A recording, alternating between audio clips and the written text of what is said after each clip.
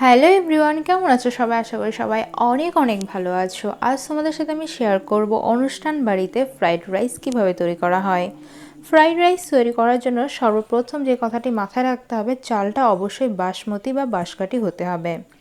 চালটাকে প্রথমে দারুচিনি, এলাচ, গোলমরিচ, লং দিয়ে এবং সাথে সামান্য স্বাদমতো নুন দিয়ে চালটাকে 80% মতো বয়েল করে নিয়েছে।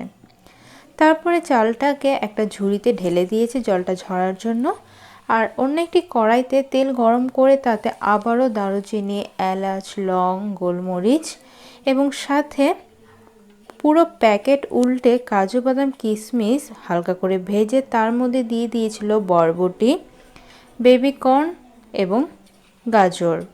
আর ফ্রাইড রাইসে সামান্য ঘি না হলে ভালো লাগে না, তাই কিছুটা পরিমাণ ঘি দিয়ে সবজিগুলোকে ভালো করে ভেজে বয়েল করে রাখা চালটা দিয়ে দিচ্ছে।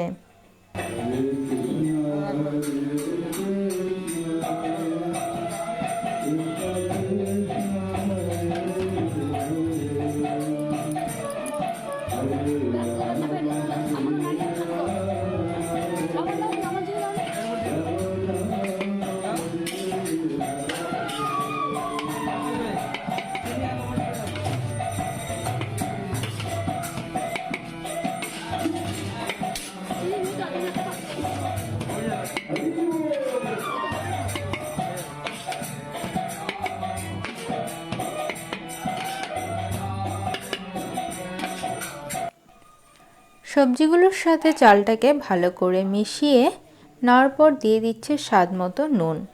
চালটাকে বয়েল করার সময় স্বাদ মতো সামান্য নুন দিয়েছিল, এখন যেহেতু আবার সবজিগুলো দিয়েছে তাই সবজিগুলোর জন্য স্বাদ মতো নুন আবারও দেওয়া হলো।